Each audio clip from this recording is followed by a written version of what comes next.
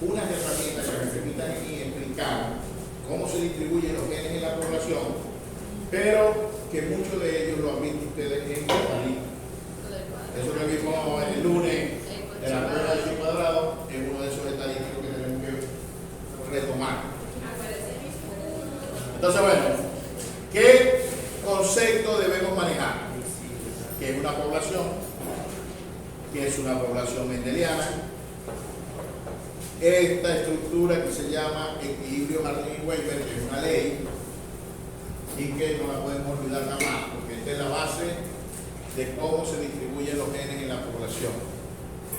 Cómo calculamos la frecuencia de los alelos, de los fenotipos, y aquí no habla de fenotipos, pero también de fenotipos. Cómo calculamos la frecuencia, porque ahora vamos a tener un gran grupo de individuos, y entonces tenemos que conglomerar toda esa frecuencia que de forma individual van a hacer el colectivo de la población. ¿Y qué fuerza o qué factores modifican el equilibrio genético? Entonces, bueno, esta es una población. Fíjense ese rebaño de animales de qué raza. Dicen por allá. ¿Okay? Son animales cebú, la mayoría son brahma, siendo pastoreados en nuestros llanos. Entonces, en estadística ustedes vieron unas medidas que se tienen que relacionar con poblaciones y unas medidas que se relacionaban con una muestra de esa población. ¿De acuerdo? Población versus muestra. ¿Okay? Población versus muestra. Entonces, bueno, vamos primero a ver la población y después nos venimos para esto de estadística. Población, conjunto de individuos de una raza o especie o subespecie que habiten en un área particular y en un momento determinado, en un tiempo. Es decir, ¿qué grupo de individuos están en el mismo sitio en el mismo tiempo? Y que pertenecen evidentemente a la misma raza o a la misma especie. Eso es una población. ¿Estamos? Cuando nosotros estamos hablando, por ejemplo, ¿cuál es la población de vacunos en Venezuela? Es el censo que hace el gobierno de todos los rebaños de Venezuela. ¿Okay? Se habla que hay alrededor de 13 millones de vacunos. ¿Okay? De búfalo hay alrededor de 3 millones. Y así se hace de cada una de las especies. Pero cuando nosotros vamos a hacer trabajo de investigación de cómo es el comportamiento del vacuno o del búfalo, evidentemente no nos vamos a poner a medir toda la población de Venezuela, sino que tomamos una muestra. Entonces nos vamos a varios rebaños, a varias fincas, y eso debería ser la representación de todo lo que está ocurriendo en el país. Algo así como sucede cuando vienen las elecciones y hacen las proyecciones, ¿no? Los censos, no participa todo el mundo. Agarran una distribución, que es la que vamos a ver ahora, y bajo unos ciertos argumentos y algunas probabilidades, ese grupo de individuos, entonces hay una tabla que dice, para sacar el número de individuos que se deben censar, llamar, y eso es una representación de cómo va a ser la elección a nivel nacional. ¿Okay? Eso es una muestra. Entonces, algunos de esos estadísticos, que ya ustedes los han visto, son la media, ¿okay? La varianza, ¿okay? La media y la varianza, básicamente. Y vieron en estadística que el estadístico para medir, bueno, primero vamos a ver qué es la media. ¿Qué es la media? ¿Qué es la media? Todo se basa en este tipo de distribución. Que se llama, ¿cómo se llama esa distribución? Distribución normal de edad. Eso es lo que ocurre, y se llama normal porque es lo que ocurre normal. Eso es lo normal. Por ejemplo, cuando nosotros vamos al médico porque nos estamos sintiendo mareados y le dicen no hacer la tensión, ten cuidado, estoy muy gordito. Si te hacen la medida de tensión, te va a salir que o está en rango normal, ¿no? Y sale ahí en la evaluación, ¿no? O está por encima de la normal, que son los hipertensos, o está por debajo de lo normal, que son los hipotensos. ¿Ok? Todo se distribuye bajo ese concepto de distribución normal. La media no es el promedio de todos los elementos. Ese es el cálculo, pero en la distribución, ¿a quién representa la media? El promedio. Ah. Cuando saco el promedio es una cosa y quién representa en la distribución es otra cosa.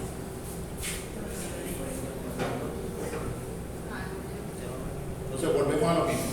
Este tipo de distribución que se conoce, se llama distribución normal, no se llama campana de Gauss. Tiene forma de campana y el señor Gauss fue el que la descubrió. Y tiene una serie de propiedades que me las voy a permitir explicarla para que no se les olvide a ustedes jamás en la vida. Esa distribución normal,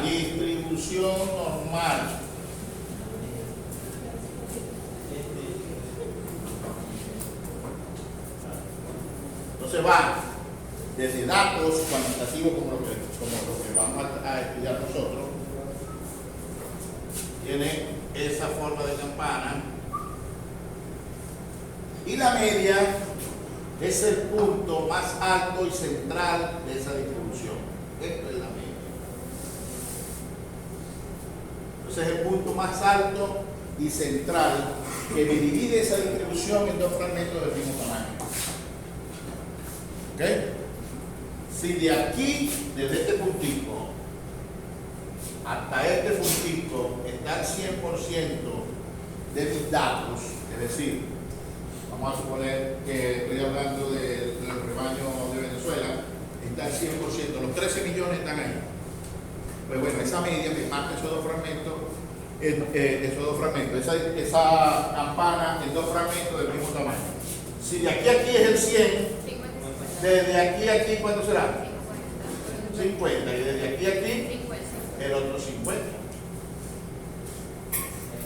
Entonces, eso hace la media. Partir en esa distribución en dos fragmentos del mismo tamaño. Es como si ustedes tomaran las dos palmas de la mano y el centro es la media. ¿Ok? Eso es la media. Y lo otro que debemos determinar en esa campana es que la campana sea así, en realidad bien bonita, o a veces las campanas son así, o a veces la distribución es así. ¿Okay? Entonces, la anchura de esa campana o de esa distribución me lo va a dar la varianza. ¿Qué tan diferentes son cada uno de esos individuos? Aquí van a ver individuos. ¿Qué tan diferentes son estos individuos entre sí y entre el promedio? Esto es más achatado porque hay más diferencias. Y esto es menos porque son más parecidos. Entre este punto y este punto hay menos diferencia entre este punto y este punto, o este punto y este punto. Entonces la varianza es la que me va a dar la forma de esa campana, que sea achatada, que tenga la distribución como una verdadera campana, o que sea muy pronunciada. ¿Ok? Entonces, vamos a suponer que estamos en el examen de genética. En el primero saqué 16, en el segundo 14, en el tercero 18 y en el otro 18. Ya me volví un año. Ya conocemos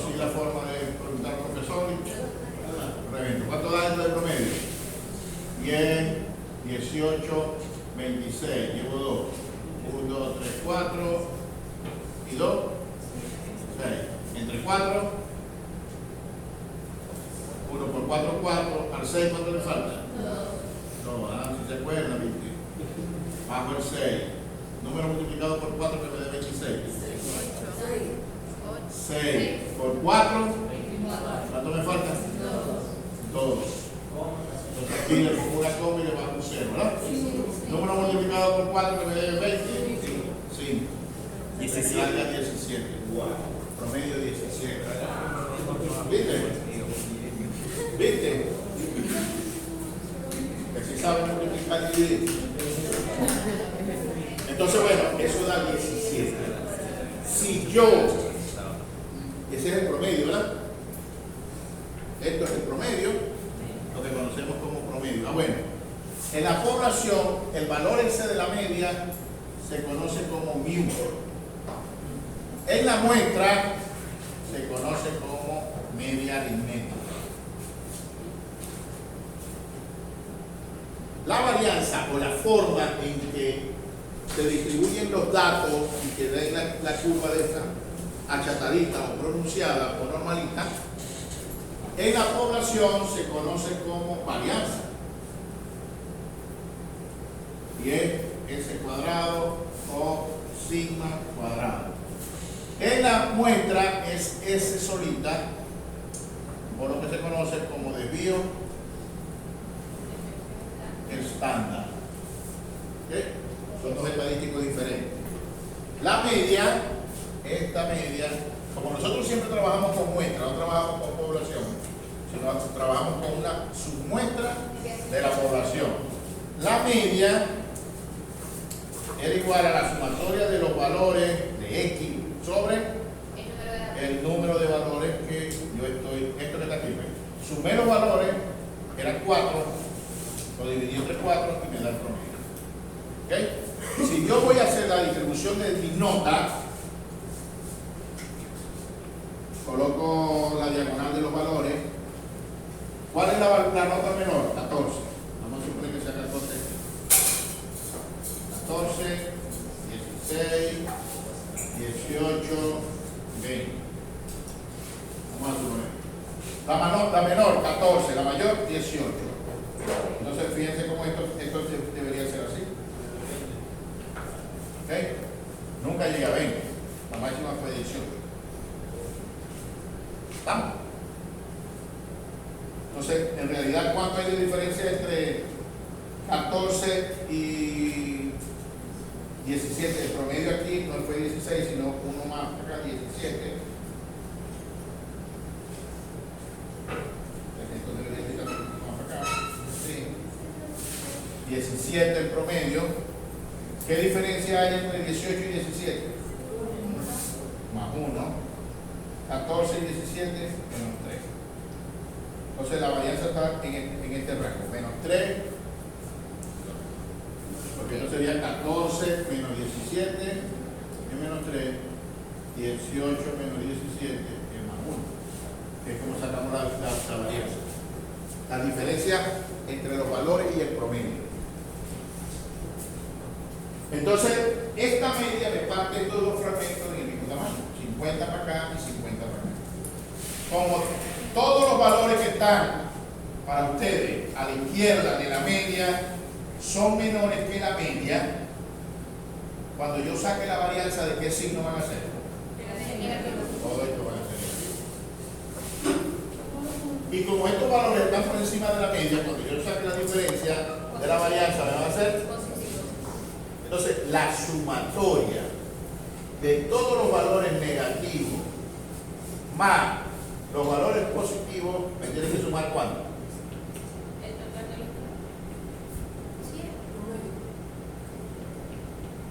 Y estos son valores negativos.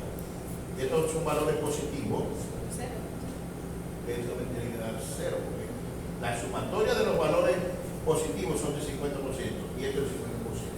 Me tiene que dar 0. Todos los valores a la izquierda tienen que sumar lo mismo que lo que hay a la derecha. ¿Ok? Eso lo explicaron en estadística online. Sí, sí, te explicaron. Sí, se lo explicaron, pero no le pararon. No le pararon, así como el glosario ese que le envié del tema 1 no le pararon, a estadística tampoco le pararon. Entonces, bueno, de aquí hay otras cosas que tienen unas propiedades, no es otras cosas, unas propiedades que tiene esa distribución que también deben conocerla. Propiedades. Una, el punto central de esa distribución es ¿quién? El valor de la media.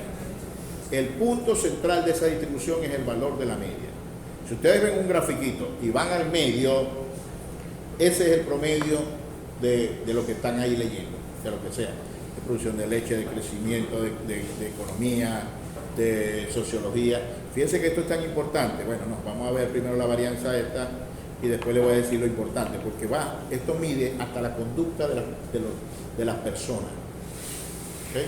Las conductas de las personas.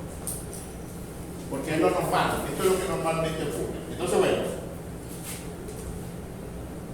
el otro estadístico, ya vimos cómo calcular la media, ¿no?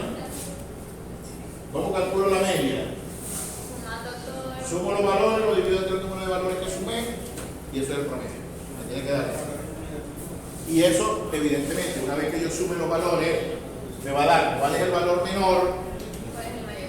cuál es el valor mayor, y todos los valores, y porque nomás que estaban 3 noticas, 4 noticas, pero si yo tengo 200 vacas produciendo leche, cada una de esas 200 vacas me va a dar un valor diferente, o algunos van a dar parecido, porque este tipo de distribución se hace con valores repetidos. Es decir, esto en realidad, imagínense que yo tengo 200 vacas, que estoy midiendo la producción de leche. Eso en realidad, vamos a suponer que esto sea 2, 3, 4, 5, 6, 7, 8, promedio 9. Si el promedio es 9 y parto de 2, número dividido entre número mayor que dividido entre 2 me da 9. 18. Entonces esto tengo que tener 10, 11, 12, 13, 14, 15, 16, 17 y aquí la vaca 18.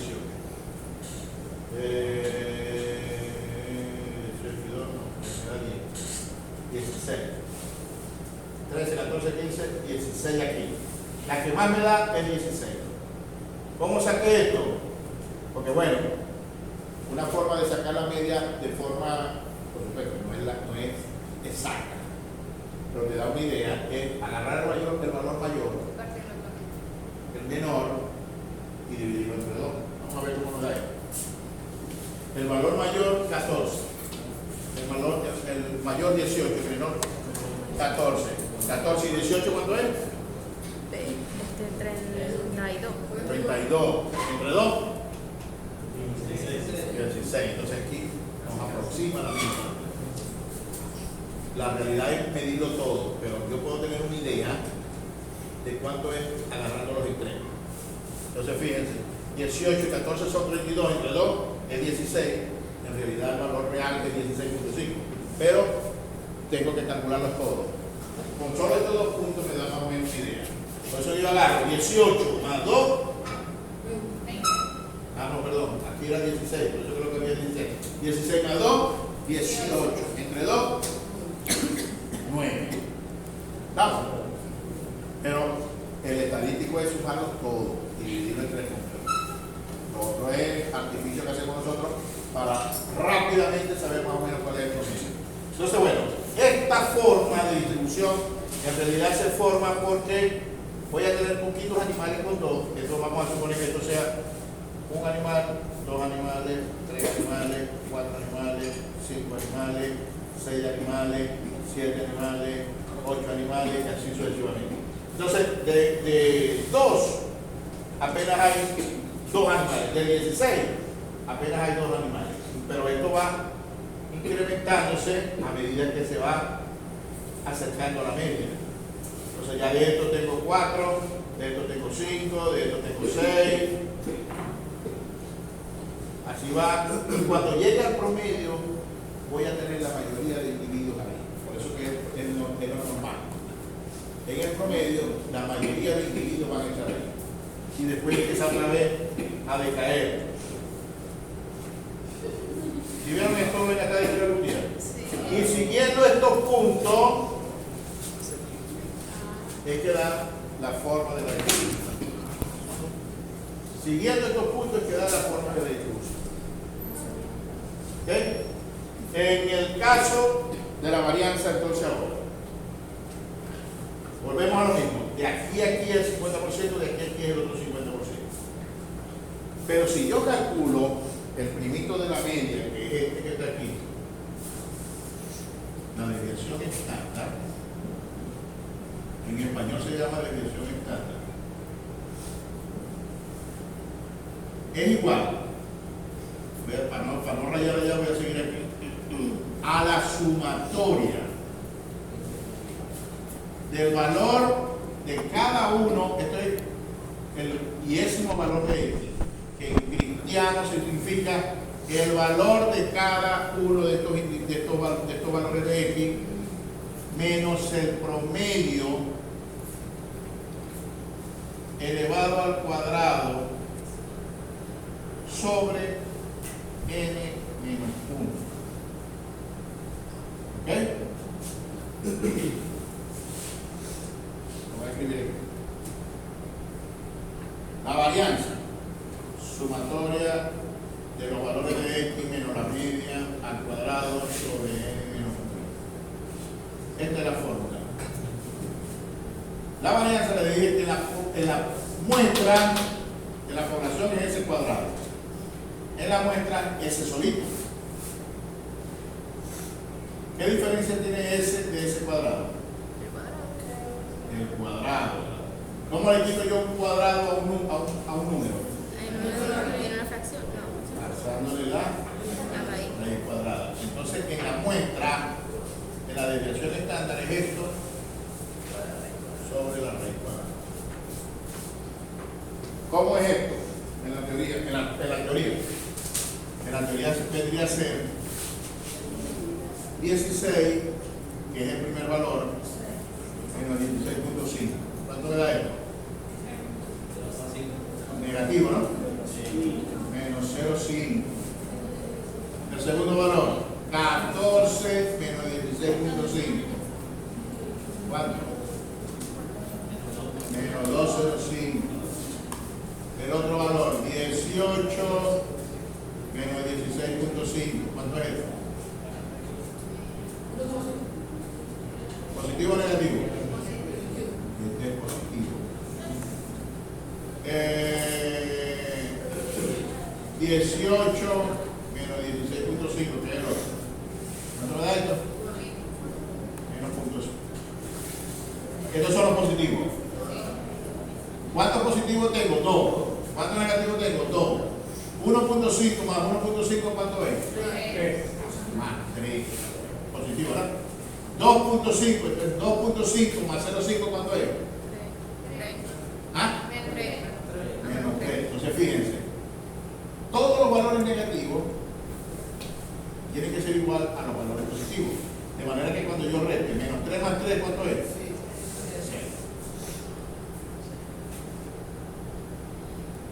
¿Lo vieron? ¿Está? Entonces ahí es 0. Pero la fórmula no me habla de que son los números de esta forma, sino que son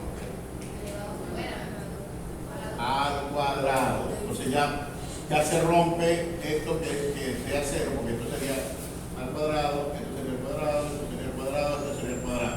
A lo que yo sume, eleve los números al cuadrado, 0,5 al cuadrado, ¿cuánto es? ¿Ah?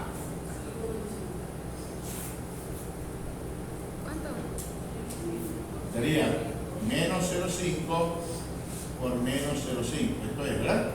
¿Esto cuánto me da? 0,25. ¿Positivo o negativo? Positivo, porque menos por menos. Entonces aquí esto me va a dar una serie de valores positivos. Positivo, vamos a sacarlo. 2.5 al cuadrado, menos 2.5 por menos 2.5. ¿Cuánto da? 4. ¿Pero por qué 4.5? Tirando coñazos así, esto aquí. 6. 6,25. 1.5 al cuadrado.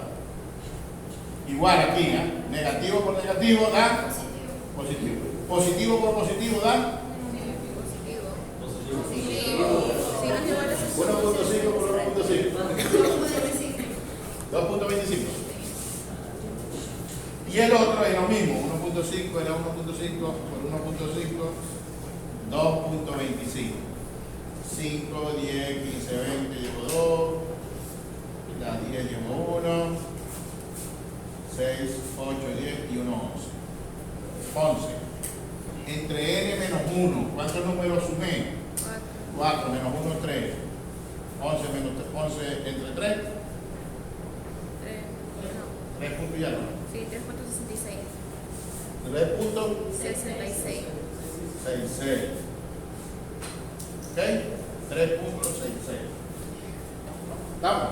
Esa es la verdad. Entonces, bueno, eso es la desviación estándar de este valor. Entonces yo mi número es 16.5 más o menos 3.66. El primero es la media, el segundo es el desvío estándar. Siempre que ustedes vean un número seguido de un más o menos, el primero corresponde a la media, el segundo a la desviación estándar. ¿Ok? 16 menos 3, 66, ¿cuánto es?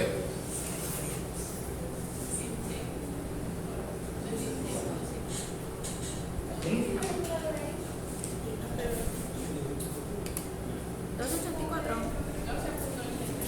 12.82. Entonces eso es la desviación. Entonces yo esa desviación, pero que lo estoy viendo sostenga, ya esa desviación me va a dar un rango de valor. Entonces cuando yo agarro en un grupo de individuos y le saco su media y le saco su desviación estándar de esa forma, claro, no la vamos a sacar a manito. Para eso existen 10.000 software que me hacen eso, lo meten en una tablita Excel, en la tablita Excel me da la media, ahí calcula la desviación estándar y esta es la desviación estándar. Si yo a esa media, a ese valor de media que me dio, le quito un valor de desvío estándar, que esto sería el menos, y le sumo un valor de desviación estándar, que sería el más, si a la media le quito un valor de desviación estándar, ¿para dónde me da? ¿Para la derecha o para la izquierda? Para la izquierda. Me va a dar un valor, vamos a suponer que sea aquí. Voy aquí yo a especular. Lo trampo. Corto hasta allá arriba. Y si le sumo a la media un valor de desvío estándar, ¿cómo decir allá? ¿Cuánto le doy a la media? 16. Y le sumo 3, ¿cuánto me da? ¿Está por encima de la media o está por debajo? Está por encima. Vamos a suponer que sea este mismo aquí. Y lo ploteo hasta allá. Es decir, entre este valor que es menos un valor de desvío estándar y este valor que es más un valor de desvío estándar, entre este pedacito y este pedacito, en teoría, está el 86,4% de los datos o de la distribución. Es decir, en cada fragmento, si eso da 86, en cada fragmento, ¿cuánto da? Perdón, 68, ¿no? ¿Cuánto le puse? 86. ¿Ah?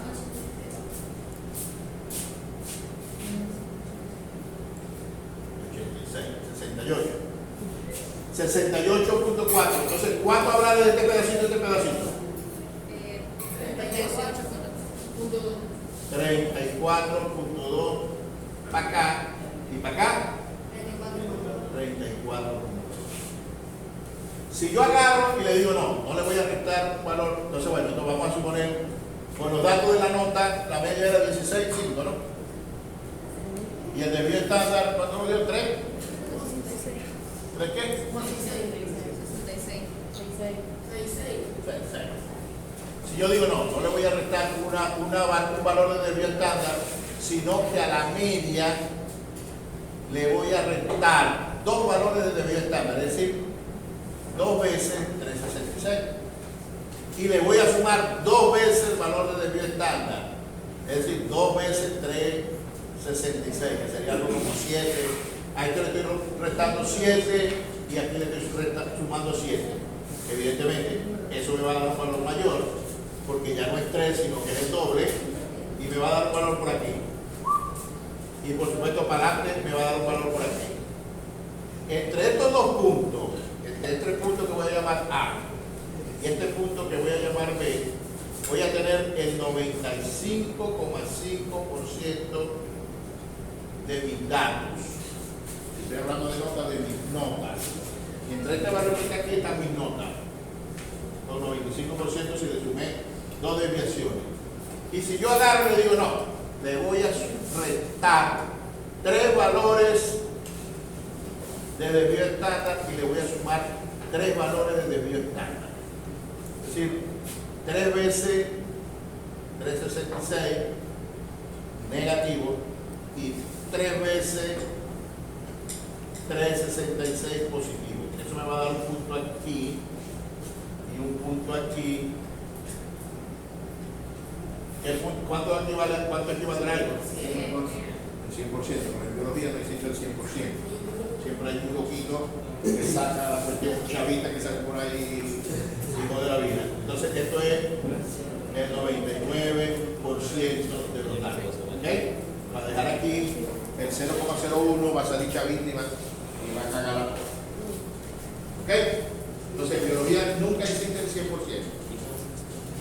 La biología siempre es campo a algo que va a salir fuera de la cuestión. ¿Estamos? Entonces, esas son propiedades de la distribución normal que ustedes tienen que aprender. ¿Qué es lo que tienen que aprender aquí? 1. El punto más central y que divide esto en 2 fragmentos es la media. Si yo a la media le saco la desviación estándar y le sumo un valor de desvío estándar y le resto un valor de desvío estándar, eso va a equivaler a 68,4% de los datos. Si le sumo 2 veces la valor estándar y le resto 2 veces, eso va a corresponder al 95% de los datos. Y si le sumo 3, eso va a corresponder al 99% de los datos. Profe, eso es estándar, o sea, si Esos son propiedades de la distribución normal. Propiedades de la distribución normal. Todo va a caer ahí. ¿Ok? Ahora, ustedes en zootecnia, cuando vieron alguna vez catálogos genéticos, los catálogos genéticos lo vieron, la evaluación lineal, vieron un catálogo de evaluación lineal, ¿no? Debieron haber visto, vamos a cerrar aquí al medio, debieron haber visto, primero, ¿te acuerdas lo que era la evaluación lineal? ¿Ah? Pero no se la vieron.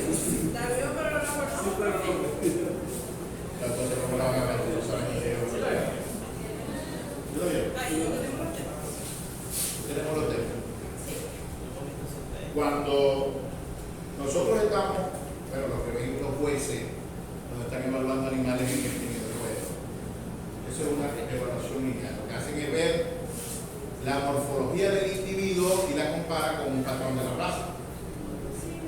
¿Ok? Esa evaluación lineal, que dependiendo del catálogo, puede tener 16 características o hasta 22. Van a ver entonces la estatura, la fortaleza. ¿La vieron o no la vieron? Sí. Ah, en zootecnia, claro, en zootecnia. La altura de la cruz, profundidad del tórax, la angulosidad. ¿Sí o no? ¿Ok? Ustedes deben haber visto en ese catálogo primero va de un toro, el toro X. El toro X. Entonces, por ejemplo, tiene estatura. Y dentro de estatura, fortaleza, tiene cuestiones de angulosidad, pezones. ¿Sí la vieron? No, producción de leche no te- ahí no está producción de leche. Aquí tiene una raya aquí, ¿ok? Que dice 0, 99.9 y algo que dice aquí más 1, más 2 por 3.5. y más 3. Menos 1, menos 2 y menos 3. Entonces, bueno, en la estatura de los hijos, evidentemente esto lo miden con los hijos, sale una rayita aquí que dice, es así. Vamos a suponer que sea 1.7, que está aquí entre 1 y 2. En fortaleza, el tipo es débil, sale menos 1.2, un poquito más de 1, ¿ok? Estos valores representan esto que está aquí. Es decir, la raza, vamos a suponer que sea la raza Holstein. La raza Holstein agarran a todos los Holstein, los miden, y hacen su distribución normal. El promedio de la raza Holstein, vamos a suponer, es 1.68. El promedio de estatura de ese toro en comparación con la raza está por encima de 1.68, porque este promedio es 1.68. Entonces vamos a saber, tenemos que saber cuál es la varianza, y esto nos da una idea de cuánto miden las hijas de este toro. Entonces, si yo tengo animales muy bajitos, criollos limoneros que son muy bajitos, y le quiero aumentar la talla, uso un toro que sea positivo para la estatura. ¿Okay? Y estos valores, menos 1, menos 2, menos 3, o más 1, más 2, más 3, es cómo está él rankeado en el promedio de la raza. ¿Estamos hablando inglés? Chino. Taiwán. ¿Ah? ¿No lo vieron nunca? Es que apenas llevamos una clase de zootecnia. A los que la están viendo, pero la mayoría ya la vio. pero Jaime, ¿te acuerdas de eso? 2016, Los catálogos sí, de 2016 ya están. sí me acuerdo, pero yo la vi con Andeta y la Andeta nosotros nos enseñaba todo de raza de vaca, raza de vaca, raza de vaca. Era lo único que Raza de interesaba vaca. enseñar. Esas son razas de vaca. ¿Sí sabe eso allá o proyecta mucho la luz? Vamos a ver aquí. Vamos a ver si tenemos aquí un cataloguito. Porque esto es lo que vamos a ver cuando empecemos a ver mejoramiento.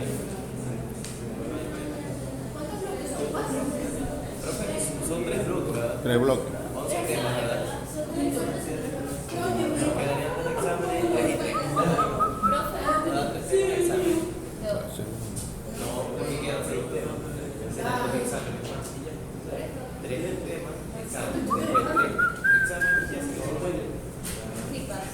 Bueno, si pasamos.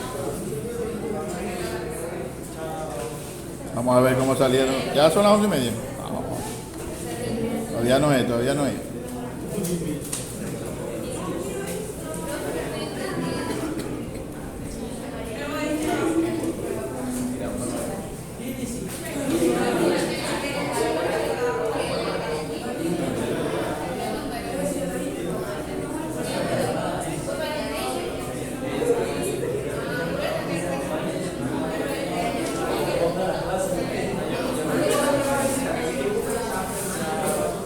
Nos vemos que mañana. Bueno, se iban a las 11:30. Me voy, ¿puedes cuando ¿Por qué no? ¿No era a las 11:30 que se iban? Pues? Sí, pero Sí, pero yo me voy antes. Ah, bueno, los que se van antes de la lista ya saben lo que tienen. Profe, yo hice el examen ya. pero ya hice el examen. No, no, ya el examen ya pasó, estamos en clase ahora. A las 11:30 le doy permiso. Chao. Qué molleja, primo.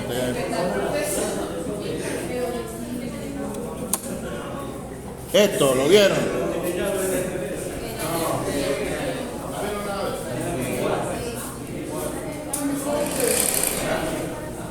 Estos son entonces esos valores. Menos 3, menos 2, menos 1, más 1, más 2, más 3. Y evidentemente es la característica del toro que están vendiendo.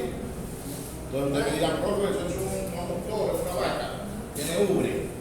Claro, porque esa es una característica que está limitada por el sexo, la producción de leche. ¿No? Fíjense que los catálogos genéticos no van a conseguir vacas, son toros. Y la foto del catálogo de leche y es de hembra. Entonces, ¿cómo es eso?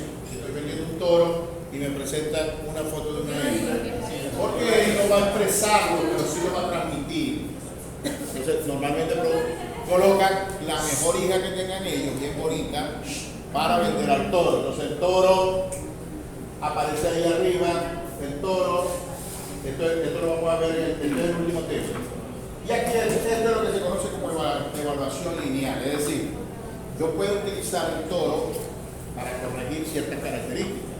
Entonces, aquí está: estatura, fortaleza, profundidad corporal, carácter lechero, que es la angulosidad, ángulo de la pelvis, ancho del anca, patas traseras, a ver si tiene buenos aplomos, puntaje para patas y pezuñas, altura de la ubre, ancho de la ubre. ¿Esto lo vieron en su texto? ¿Ah?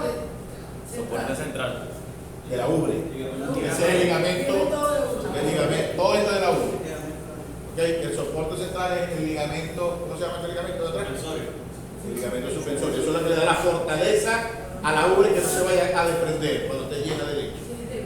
¿Okay? Este es como el andamiaje, las cabillas que le meten a las cosas para que no ceda. Entonces, estos valores tienen que saber de dónde vienen. ¿Okay?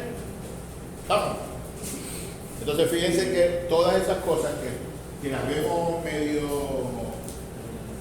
desubicadas, ¿qué voy a hacer con la desviación estándar y con todo esto?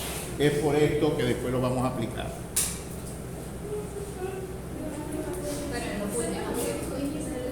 ¿Ah? Bueno, lo que están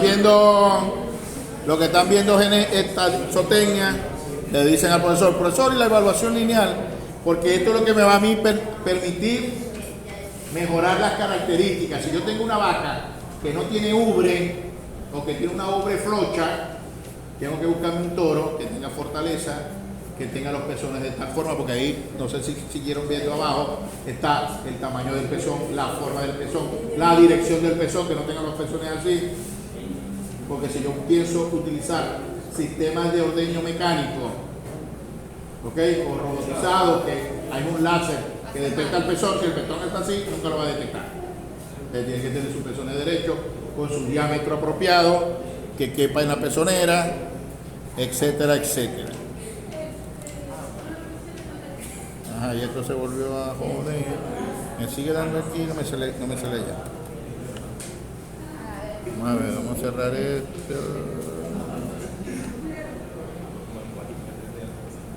Genética de poblaciones, vamos a ver si entra aquí. ¿Cuál es la tecla que pasa directo allá? F6. ¿Ah? ¿F6 es? Ah, F5. Ah, F5. Entonces, bueno, les decía que eso también mide la conducta de los individuos. Entonces, este coeficiente intelectual, fíjense dónde está este señor, que era un profesor de genética que se nos fue para Estados Unidos, estaba por encima de él, y este señor, el soldado Ryan estaba por aquí abajo. ¿Ok? Y entonces, bueno, esto también mide las personalidades, ¿no? Por ejemplo, los profesores. ¿Qué profesor solamente da clase? Además de dar clase, asesora, además de asesorar, hace investigación, hace otra labor administrativa y se presta para todo. La gente que es bondadosa, los normalistas. Los que dan más allá están por aquí. Los mierditas están por aquí. Todo eso se distribuye de forma normal. Es lo que de normal tenemos, ¿ok? Todo lo que está bajo la campana tiene una probabilidad de 1 y a partir de allí, de 1 es lo mismo que decimos nosotros, que va desde 0 a 100. Pero en frecuencia de 0 a 1. Entonces, bueno, ese grupo de individuos que comparten un patrimonio genético es lo que conocemos como población genética. En realidad, nosotros no vemos los fenotipos, sino lo que vemos es los genes. Y ese conjunto de genes en la población se llama gene pool o pool de genes. En español es pool de genes, en inglés es gene pool. Pero no vemos los fenotipos. ¿Cómo así, profe? Creo que en español es gene muy y en inglés full gene. En español es pool de genes. Pool de genes. O sea, piscina de Piscina de genes. No, pool no es de piscina. No es sí. Aquí sí es de piscina, pero para nosotros el pool es el total de genes. Okay, no es de piscina.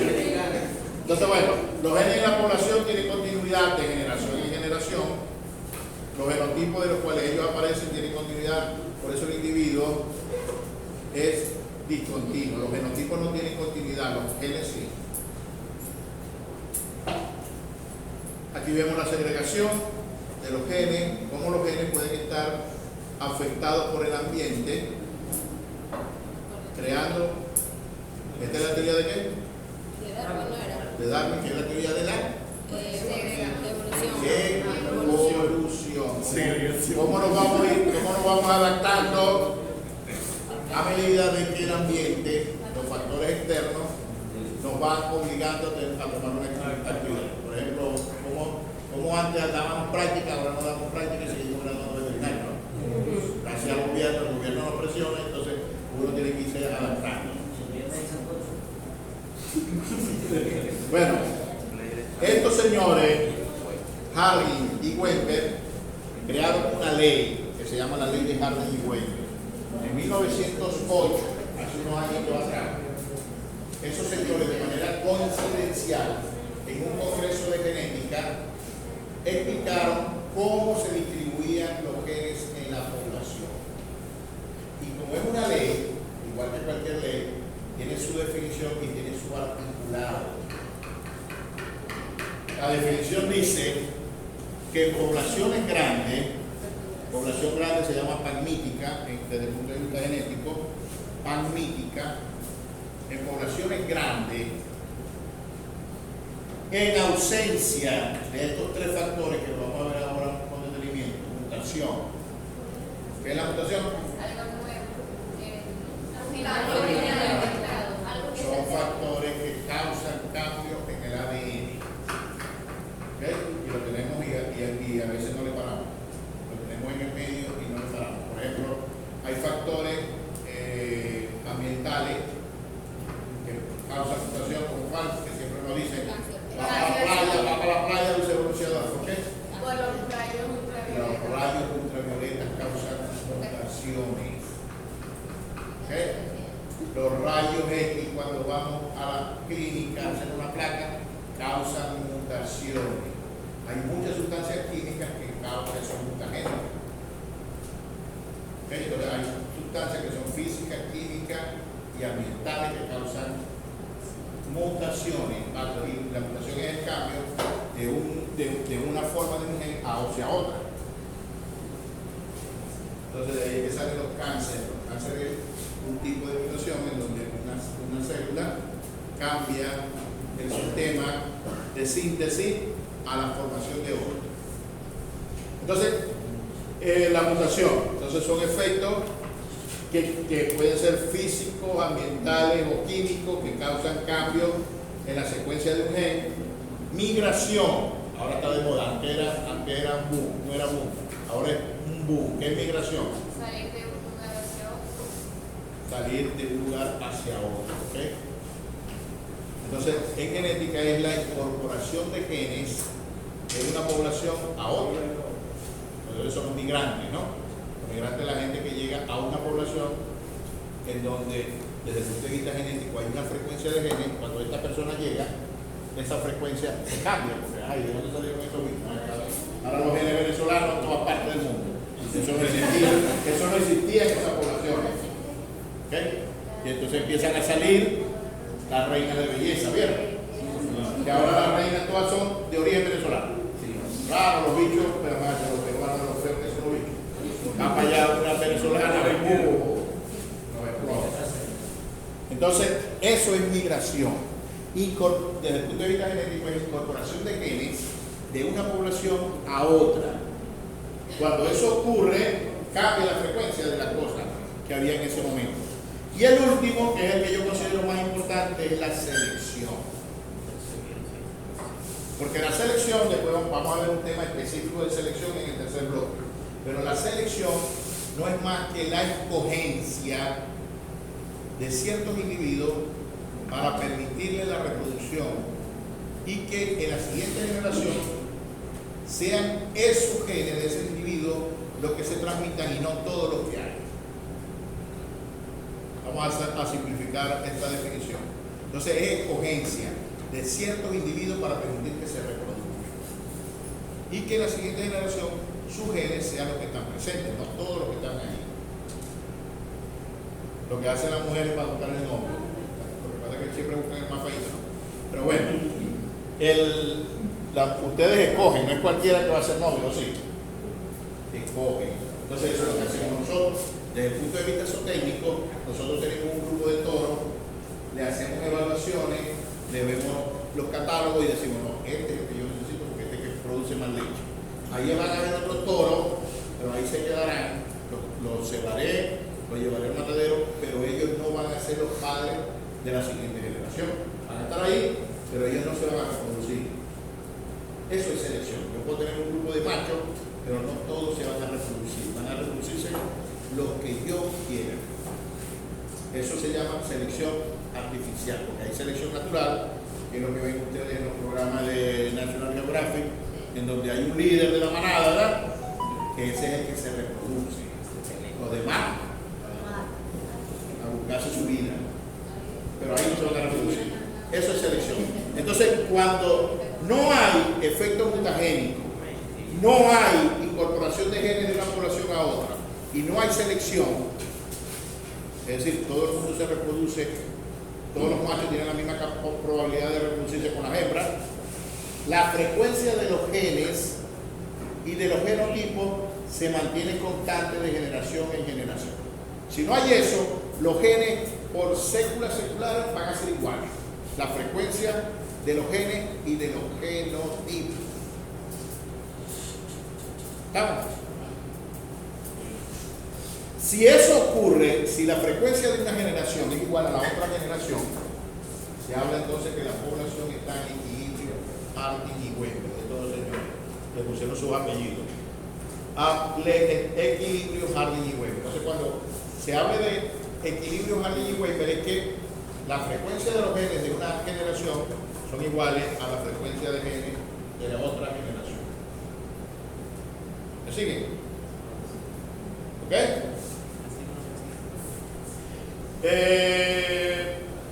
Solo basta una sola generación de apareamientos aleatorios, que esto se llama selección. Es decir, ya aquí ahora no se va a reproducir todo el mundo, sino que se van a reproducir los que yo quiero, para que se restablezca la misma y se mantenga en la siguiente generación. Una población con frecuencia genética y genotípica constante de generación en generación se dice que está en equilibrio Harding y Weber. Y entonces, bueno, vamos a definirla y nos vamos a definir, esta es la definición de la ley, vamos a ver los artículos y nos vamos hasta el lunes a decretar. Entonces, bueno, para definir este señor la frecuencia de los genes en la población, dictaminó primero en una población con esa característica grande y con reproducción libre, porque no hay selección, ¿okay? Sin efecto mutagénico, sin migración y sin selección, la frecuencia del gen, ¿qué será? ¿Dominante o recesivo? Dominante. La frecuencia del gen, aquí debería poner del gen dominante va a ser igual a P. Segundo, la frecuencia del gen, ¿qué será? Recesivo. El recesivo va a ser igual a Q. ¿Ok? Tercer artículo. La sumatoria de P más Q será igual a 1.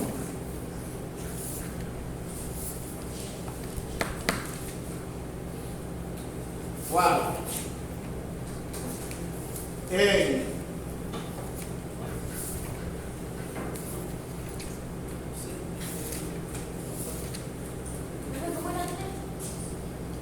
la 3, la sumatoria de P más Q igual a 1.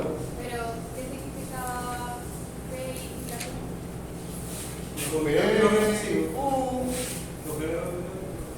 Los dominantes más los recesivos tienen que sumar 1. En otras palabras. ¿O no? Aquí no están descubriendo nada. Eso era. Esta sigla que no se le olvide nunca. EHWP. equilibrio En equilibrio Harding-Weber, en poblaciones grandes, con magnesia, sin mutación, fíjense que es ausencia, sin mutación, sin migración y sin selección. En equilibrio Harding-Weber, la frecuencia P más Q se distribuye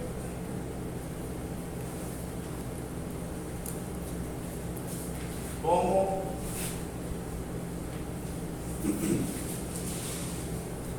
¿no se acuerda de bachillerato? ¿Cómo se llamaba eso? ¿Cómo se llama eso? Un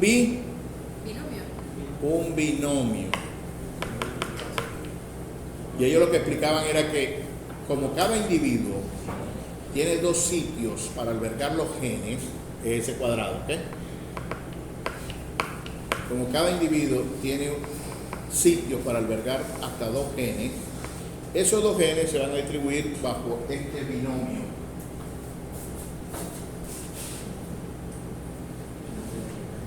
¿Y cómo desarrollaban ese binomio? A ver.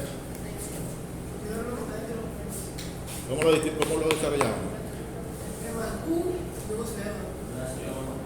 P más Q.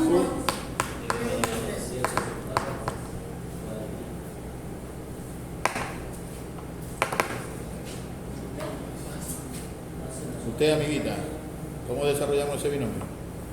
Matemática de tercero, ¿no? Entonces, bueno, esto es cómo se desarrolla esto. Primero reemplazando a este, sí. Primero al cuadrado más el segundo al cuadrado más 2 veces el primero con el segundo. En realidad esto queda P cuadrado más 2PQ más Q cuadrado. Entonces, primero al cuadrado más segundo al cuadrado más el doble del primero con el segundo. De esa forma se hace matemáticamente. Pero bueno, de forma ordenada queda de esta forma. Sustituyendo los elementos que conforman esta ecuación, P era A, era el dominante, Q era el recesivo, de manera de que P cuadrado sería ¿qué? 2A grande. 2PQ sería 2, que es un número, P, que es la grande, Q es la chiquito, más Q 2 veces sería 2A pequeño. Entonces, de esa manera es que se genera. Y si nosotros nos acordamos entonces de los apareamientos, cuando hacíamos la segunda ley de Mendel de la segregación del dihíbrido, del híbrido, ¿cuál era la frecuencia que esperábamos? 1, 2, 1. Entonces, ¿uno de quién? De los dominantes. 2 de quién? De los heterocigotos. Y 1 de los recesivos. Entonces, P cuadrado me da la frecuencia de el homocigoto. Voy a poner la sigla. Homocigoto dominante. 2PQ me da la frecuencia del heterocigoto. Y Q cuadrado me da la frecuencia de los recesivos. ¿Estamos? Pregunta. Entonces, el primer gen que lo llaman dominante, que es P, lo identifican con la P. El segundo gen, que es el recesivo, la letra minúscula, lo define como la Q, y después dice que P más Q igual a 1. Es decir, la frecuencia del dominante más la frecuencia del recesivo tiene que sumar la totalidad. Y como cada individuo puede tener la capacidad de tener dos genes, se distribuye a través de ese binomio. ¿Se ve? ¿Se ve eso ahí? No. Sí. Yo veo que refleja más la luz.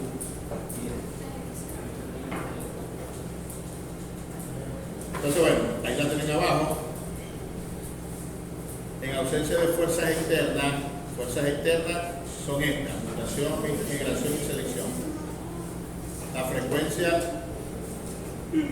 genotípica tienden a mantenerse constante en una frecuencia de P cuadrado más 2PQ más Q cuadrado.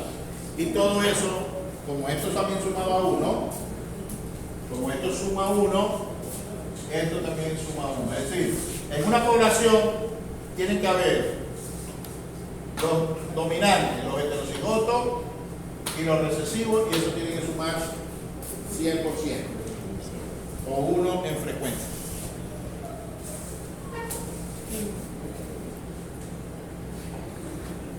Entonces aquí está la fuerza, eso lo vamos a ver ahora. Mutación, selección, migración. La vemos de una vez. Mutación. Los genes están expuestos al proceso de mutación a través de generaciones.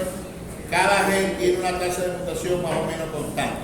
Entonces fíjense, un gen que originalmente era dominante, bajo un efecto de mutagénico, puede pasar a recesivo. ¿Ok? Y aquí debería estar al revés. Y un recesivo, está al revés porque está la flecha para acá. Y un recesivo, a través de un efecto mutagénico, puede pasar de recesivo a dominante. Y eso hace que cambie, evidentemente, cambie la frecuencia.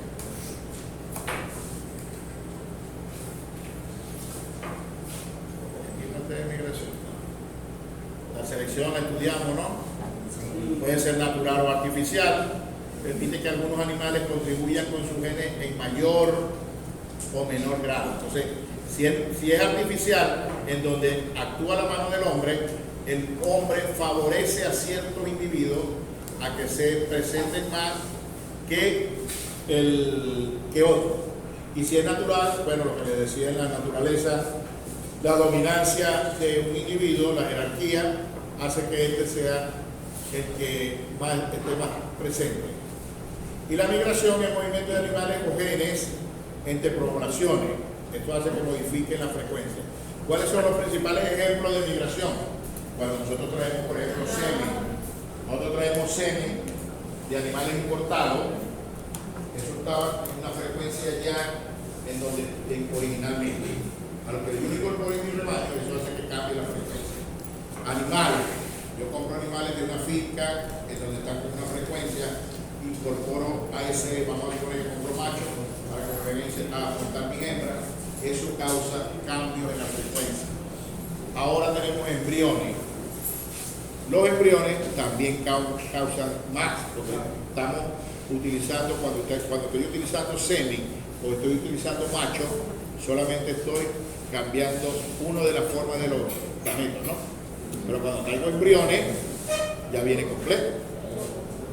Eso también me causa cambios. Entonces son los ejemplos más clásicos de migración. Es lo mismo que le explicaba ahora, es como si estuviese incorporando venezolanos a otros países. Entonces aquí está la ecuación, el alelo A, bueno, aquí habla de A1 y A2, pero este es la mayúscula y el recesivo, me da una frecuencia de P más Q a través de este binomio y lo desarrollamos. P cuadrado, ¿sí se ve aquí más o menos? Sí. El homocigoto dominante, 2PQ, que es el heterocigoto, 1 a 2, y Q cuadrado es la segunda forma de la ley. En caso de 3 genes, En caso de 3 genes, porque a veces tenemos 3 genes, ¿no? Ejemplo, ¿cuál es un ejemplo de 3 genes? Color, puede ser uno. ¿Cuál otro?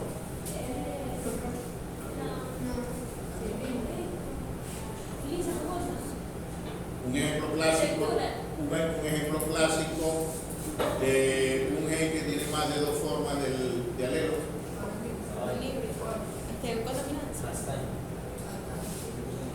De un gen que tiene más de 2 formas el alelo.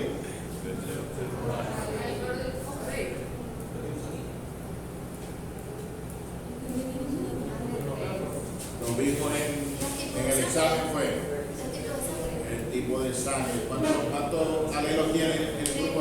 Tiene 3. Entonces, este es un ejemplo de esto, de los alelos múltiples. ¿Cómo hago este binomio? El primero al cuadrado, el segundo al cuadrado, el tercero al cuadrado, y después vienen las combinaciones. 2 del primero con el segundo, 2 del primero con el tercero, 2 del segundo con el tercero, las combinaciones.